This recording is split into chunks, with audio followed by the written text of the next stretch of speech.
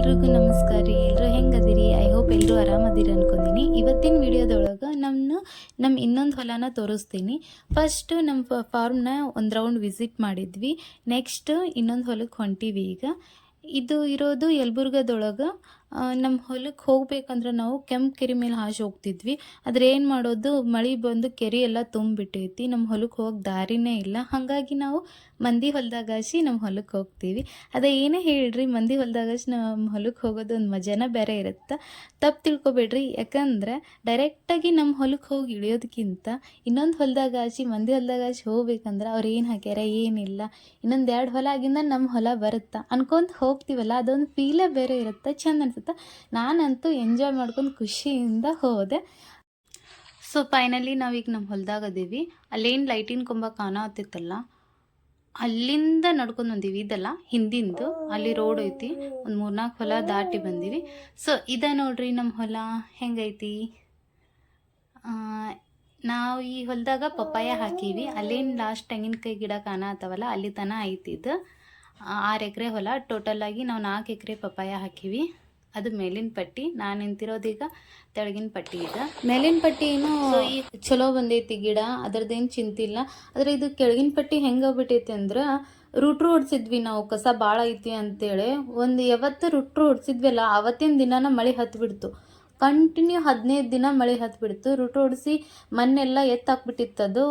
So ನೆಲ ಎಲ್ಲ ಭಾಳ ನೆನೆದು ನೀರು ಹಿಡಿದ್ಬಿಡ್ತು. ಎಷ್ಟಕ್ಕೊಂದು ಗಿಡ ಹಾಳಾಗ್ಬಿಟ್ಟವ್ರಿ ಈ ಪಟ್ಟಿಯೊಳಗೆ. ಎಷ್ಟಕ್ಕೊಂದಂದ್ರೆ ಎಷ್ಟು ಅನ್ಕೊಂಡಿರಿ ನೀವು? ಒಂದು ಸರ್ತ 860 ಗಿಡ ಹಚ್ಚಿದ್ವಿ.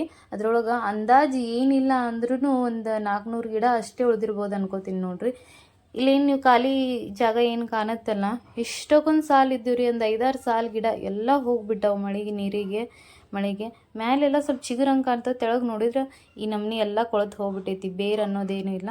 ಇದು ಪಪ್ಪಾಯಿ ಗಿಡ ಹೆಂಗಂದ್ರೆ, ಅತಿ ನೀರು ಇರಬಾರ್ದು, ಹಂಗಂದ್ರೆ ನೀರು ಇಲ್ಲಾರೇನೂ ಇರಲ್ಲ ಇದು. ಹಂಗೆ ಸ್ವಲ್ಪ ಲೈಟಾಗಿ 2 ದಿನಕ್ಕೊಮ್ಮೆ ನೀರು ಬಿಟ್ಕೊಂಡಿರ್ಬೇಕು.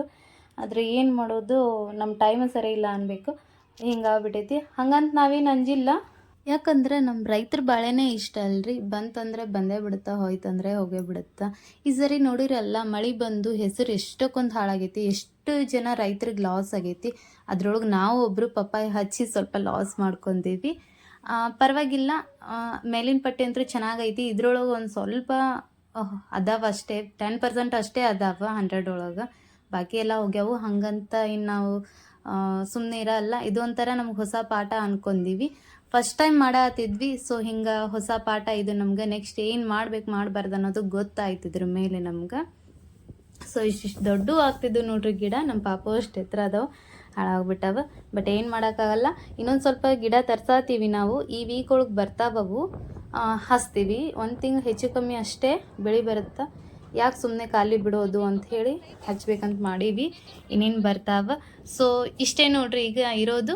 ನಾ ಇದ್ರ ಬಗ್ಗೆ ಕಂಟಿನ್ಯೂ ವಿಡಿಯೋ ಮಾಡ್ತಿರ್ತೀನಿ. ಎಷ್ಟು ಹಚ್ಚೀವಿ, ಎಷ್ಟು ಬಂತು, ಎಷ್ಟು ಹೋಯ್ತು, ಯಾವ ಥರದಿಂದ ಲಾಭ ಆಯಿತು, ಯಾವ ಥರದಿಂದ ಲಾಸ್ ಆಯಿತು, ಆಮೇಲೆ ಬೆಳೆ ಹೆಂಗೆ ಬಂದವು, ಹೆಂಗಿಲ್ಲ, ಹೆಂಗೆ ಹೊಂಟೈತಿ ಅಂತ ಇದ್ರ ಬಗ್ಗೆ ಕಂಟಿನ್ಯೂ ವೀಡಿಯೋಸ್ ಹಾಕ್ತಿರ್ತೀನಿ. ನೀವು ನೋಡಿರಿ, ನಿಮ್ಗೆ ಗೊತ್ತಿದ್ದವ್ರಿಗೂ ಶೇರ್ ಮಾಡಿರಿ. ಯಾಕಂದರೆ ನಾವು ಫಸ್ಟ್ ಟೈಮ್ ಇದು ಮಾಡಿರೋದು. ನಮ್ಗೆ ಸ್ವಲ್ಪ ಲಾಸು ಆಯಿತು.